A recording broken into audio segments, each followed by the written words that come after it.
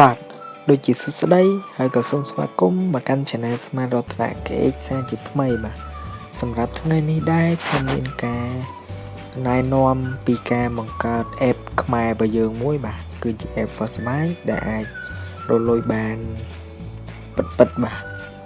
ហើយ app មួយនឹងដែរវាគឺជា app ខ្មែររបស់យើងទេបាទហើយក៏មានបងប្អូនយើងស្គាល់មកជាច្រើនណាស់មកហើយបាទឥឡូវយើងកម្រងចាំយូរបាទសម្រាប់អ្នកដែលថ្មីមិនទាន់ចុច Subscribe នៅ Channel របស់ខ្ញុំបាទសូមជួយចុចម្នាក់មួយដើម្បីទទួលបាននៅវីដេអូថ្មីពី Channel Smart Rotana KX របស់ខ្ញុំបាទឥឡូវយើងទៅមើលទាំងអស់គ្នាបាទ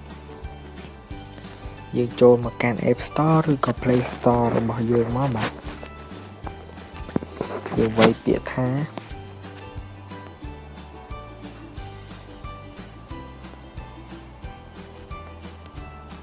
First Byte បាទនេះគឺខាងលើគេនេះហើយ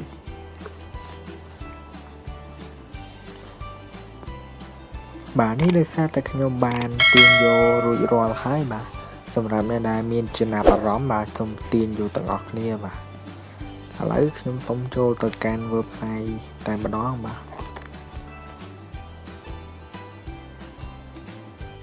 ទនេះគឺយើងចូលមកជំហានដំបូងនៃកម្មវិធីនឹងហើយបាទហើយសម្រាប់អ្នកដែលមិនទាន់មាន account បាទយើងចុចពាក្យថា new account បាទនេះដោយសារតែខ្ញុំមាន account រួចរាល់ហើយបាទខ្ញុំសូមជ្រើសរើសយក account របស់ខ្ញុំមួយសិនបាទខ្ញុំចូល account មួយនេះបាទ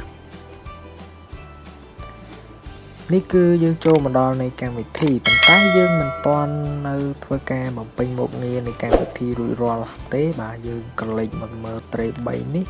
បាទបន្តមកយើងចុចកន្លែងរូបនេះបាទសម្រាប់អ្នកទាំងអស់គ្នាសម្រាប់អ្នកដែលថ្មីបាទគឺមិនទាន់មានរូបបែបហ្នឹងដូចជារូបខ្ញុំទេយើងត្រូវធ្វើคลิกលើរូបហ្នឹងមកបាទយើងមានការផ្លាស់ប្ដូរបាទសូមអធិស្ឋានបាទចូល setting បាទចូល setting ហើយយើងចុចកន្លែងហ្នឹងហើយយើងជ្រើសរើសរូបណាដែលយើងពេញចិត្តទៅបាទ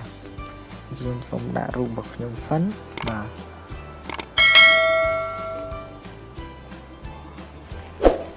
បាទហើយបន្តមកទៀតយើងអាចបំពេញនៅ profile ខាងក្រោយទៀតក៏បានយើងគ្រាន់តែคลิกលើរូបហ្នឹងទៅបាទគឺវានឹងបានហើយបាទហើយកន្លែងនេះបាទយើងត្រូវធ្វើជាជំហានបន្ទាប់បាទគឺជាលេខកូដអ្នកណែនាំបាទហើយនេះដោយសារតែខ្ញុំបានដាក់រួចរាល់ហើយបាទសម្រាប់អ្នកទាំងអស់គ្នាដែលមានចំណាប់អារម្មណ៍ចង់ដាក់លេខកូដណែនាំបាទសូមជួយដាក់ម្នាក់មួយខ្ញុំនឹងដាក់នៅលើអេក្រង់ឲ្យអ្នកទាំងអស់គ្នាបាទហើយសម្រាប់លេខកូដអ្នកណែនាំវិញគឺมันពិបាកទេបាទគឺយើងមើលនៅកន្លែង add នេះបាទគឺមាននេះលេខកូដណែនាំរបស់ខ្ញុំ195562បាទ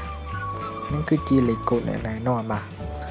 ហើយកន្លែងនេះគឺជាកន្លែងដាក់ឈ្មោះបាទយើងអាចដូរជាឈ្មោះក៏បានដែរបាទ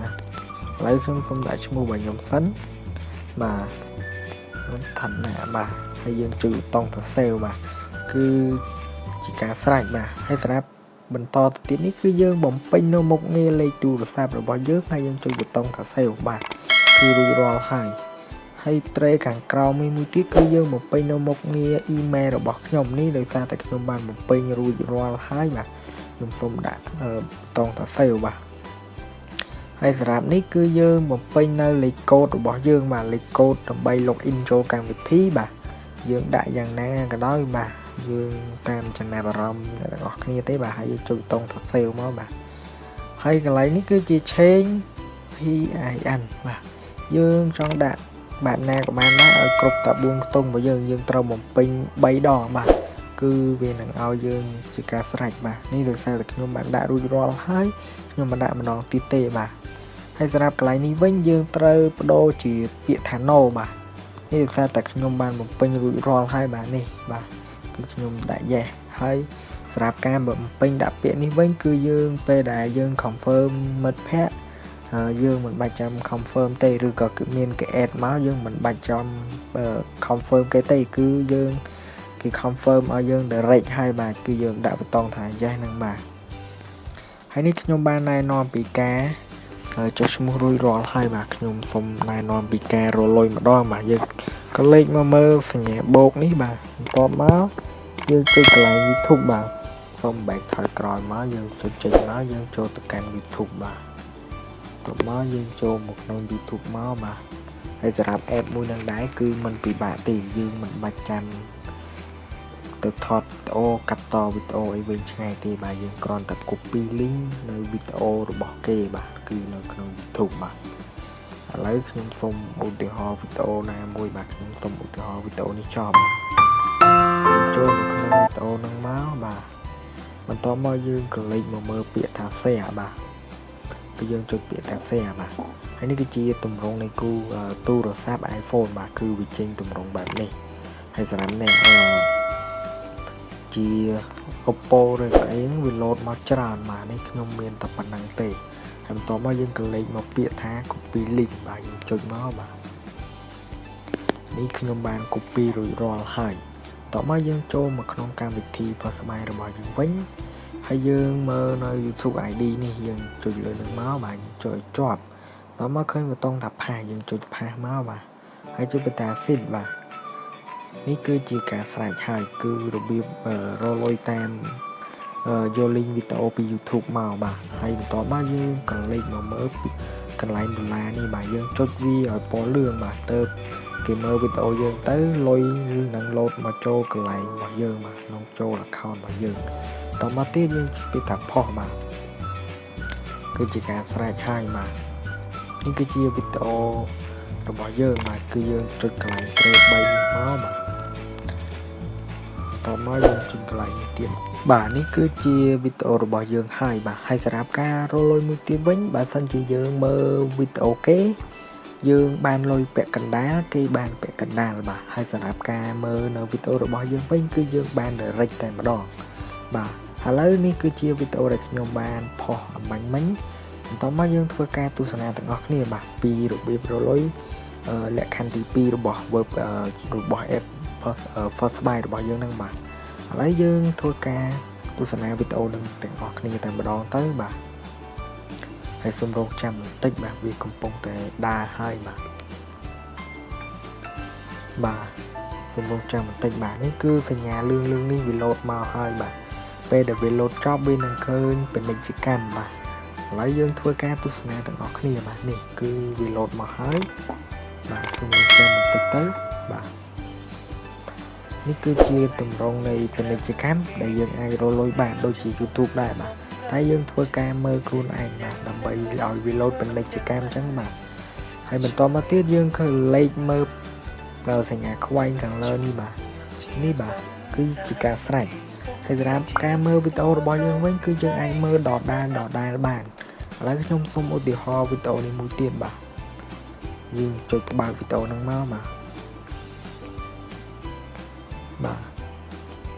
សូមរងចាំបន្តិចហើយក៏សូមអធិស្ឋានដែរបាទថ្ងៃនេះគឺវីដេអូរាងវែងបន្តិចបាទនេះគឺជា link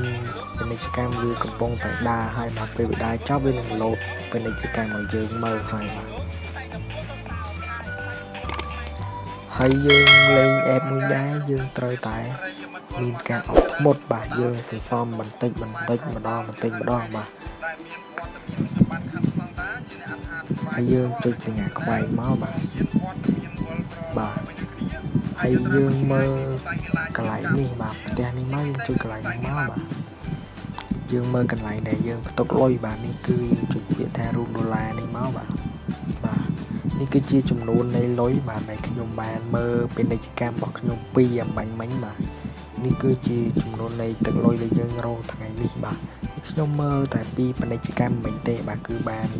ប៉ុណ្ណឹងបាទហើយនេះគឺជាលុយដែលយើងបានបាទប្រចាំថ្ងៃបាទវានឹងលោតមកកន្លែងហ្នឹងបាទហើយសម្រាប់អ្នកដែលគេមើលវីដេអូរបស់យើងវិញគឺវានឹងលោតមកត្រង់ហ្នឹងបាទវាអត់លោតមកត្រង់នេះទេបាទនេះគឺជាលុយដែលយើងរកបាទដោយខ្លួនឯងបាទហើយសម្រាប់វីដេអូនេះដែរខ្ញុំអត់មានការណែនាំពីដកលុយឬក៏